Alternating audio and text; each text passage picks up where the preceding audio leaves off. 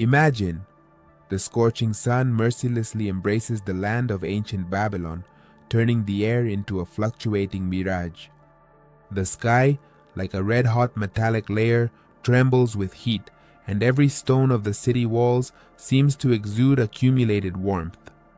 The bustling city is filled with the clamor of chariots, the shouts of merchants, and the crack of whips, but everything seems to pause when you look up. Before you unfolds a truly fantastic panorama. Against the backdrop of a monotonous, sun-scorched plain, amidst the sands and dust, rises a multi-level structure covered in dense vegetation. Huge terraces, like steps of a staircase to the sky, are covered with exotic plants, from bright flowers to sprawling palm trees. The foliage shines in all shades of green, creating a contrast with the relentless gray-yellow palette of the surrounding landscape. Thin streams of water run down the stepped waterfalls of the terraces, glistening in the sunlight and emitting a soothing gurgle. They nourish the plants and give them life in this sweltering climate. But how does the water rise so high? The mystery of ancient technology never ceases to amaze. Elevators, aqueducts, or an ingenious system of channels that are the stuff of legends allow this structure to thrive. It's as if you can hear the cool whisper of the droplets, bringing relief in this realm of heat. The hanging gardens of Semiramis are not just a green oasis, but a true challenge to nature. In the midst of a vast plain where life is impossible without water and shade, they are a triumph of human engineering.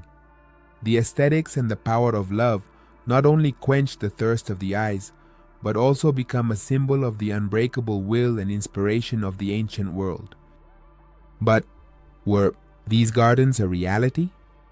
Or is it just a clever mirage woven with the words of poets and historians of antiquity? Could it be a beautiful fairy tale created to glorify the greatness of Babylon? Or the memory of a dream that never came to fruition? The legends surrounding the gardens are astonishingly rich, but none of the ancient texts provide a clear and unequivocal answer. Archaeologists still do not know how to relate the fragments of information from the chronicles with the data from the excavations.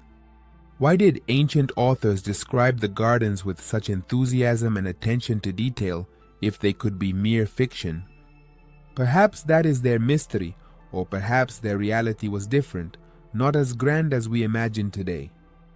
Let's travel back in time to an era when myths and facts were often so closely intertwined, that it was difficult to distinguish them. Let's try to view this mysterious world through the eyes of those who lived thousands of years ago, and perhaps we will be able to lift the veil on this astonishing story. Our story begins in the legendary Babylon, a city that was a true jewel of ancient Mesopotamia, located between the mighty Tigris and Euphrates rivers. Babylon was not only astonishing for its scale, but also a symbol of power and cultural prosperity. There were gigantic ziggurats, tiled walls, and grand palaces that radiated splendor and luxury. This city became one of the most important centers of the ancient world, where art, science, and engineering reached unprecedented heights. According to the most popular version, the Hanging Gardens were created during the reign of King Nebuchadnezzar, one of the greatest monarchs of his time. This ambitious ruler reigned between the years 605 and 562 BC, turning Babylon into the center of human history, into one of the main capitals of antiquity. His name is associated not only with military victories, but also with grand construction projects that would demonstrate the power and greatness of his empire. Legend has it that one of the most moving reasons for the erection of the Hanging Gardens was the king's love for his wife, Queen Amytis. Amytis, a princess of Media, married Nebuchadnezzar as part of an alliance between the two powerful powers. However, after moving to Babylon, the change of scenery was difficult for her to bear. Accustomed to the green and cool hills and forests of her homeland, she missed the beauty of the Median landscape in contrast to the scorching sun and dusty plains of Babylon. Nebuchadnezzar, in an effort to alleviate his wife's homesickness and strengthen his alliance with Media, decided to create a corner in the center of Babylon that would remind her of her homeland. Thus, the idea was born to create artificial hills covered with exotic vegetation, which would combine elements of nature and complex engineering solutions. To bring this idea to life, not only was the skill of the builders required, but also advanced technology for its time. The Hanging Gardens, according to descriptions by ancient authors, became a true masterpiece.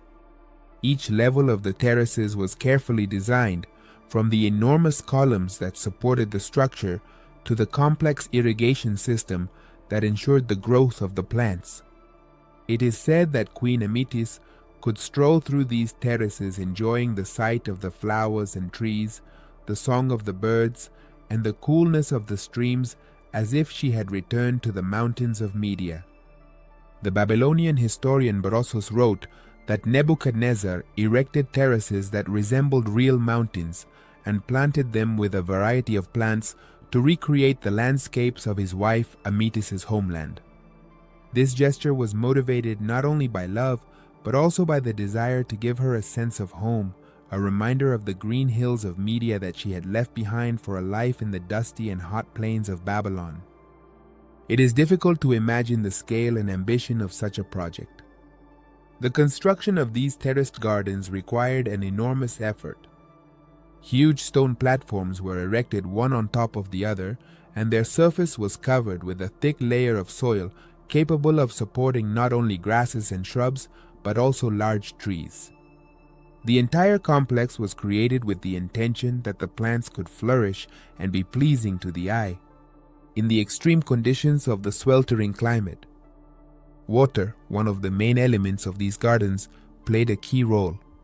A specially designed irrigation system, unparalleled in the ancient world, lifted water from the Euphrates to heights comparable to a 7-story building. The constantly flowing water filled the air with freshness, creating the illusion of a living, breathing forest in the midst of a hot plain. The water jets could descend from the terraces in sparkling cascades, reinforcing the impression of paradise. However, there is another version which attributes the creation of the gardens to the legendary Semiramis, one of the most mysterious and picturesque figures of ancient history. Semiramis, also known as Semiramis, was a queen of Assyria who supposedly ruled in the 9th century BC. Her image is surrounded by numerous myths and legends, so her figure is barely distinguishable in the dust of the centuries. Sources describe her as the daughter, of a mortal, and the goddess Derketo, the Syrian goddess of fertility, who is said to have had the appearance of a woman with a fishtail. This mysterious lineage conferred upon the queen an aura of divinity. Semiramis was famous for her extraordinary beauty, which, according to ancient authors, captivated the hearts not only of ordinary people, but also of great rulers. But her qualities were not limited to appearance. She had an outstanding mind, ambition, and an iron will. These qualities allowed her not only to ascend to the throne after the death of her husband, King Ninus, but also to become one of the most powerful rulers of her time. Legends attribute to Semiramis grand construction projects, including the erection not only of the Hanging Gardens, but also of the city of Babylon itself. She is considered the creator of a large-scale irrigation system that transformed the fertile lands of the Middle Ages into a prosperous center of the ancient world. Ancient texts claim that her reign was characterized by the construction of magnificent temples, palaces, and fortifications that delighted her contemporaries. Babylon was her masterpiece, a city where art, science, and engineering reached unprecedented heights. As for the Hanging Gardens, legends say that Semiramis conceived them as a reflection of the Garden of Eden described in the myths of her people. It was not just an exhibition of power and wealth, but an attempt to create a utopia, an ideal place where nature and human genius converged. Her desire to bring myths to life gave rise to the story of the green terraces suspended above the ground. However, no archaeological evidence of the gardens has been found yet. In the early 20th century, the German archaeologist Robert Caldwell discovered the remains of a massive complex in Babylon that could have been part of the gardens. However, not all scholars agree with this interpretation.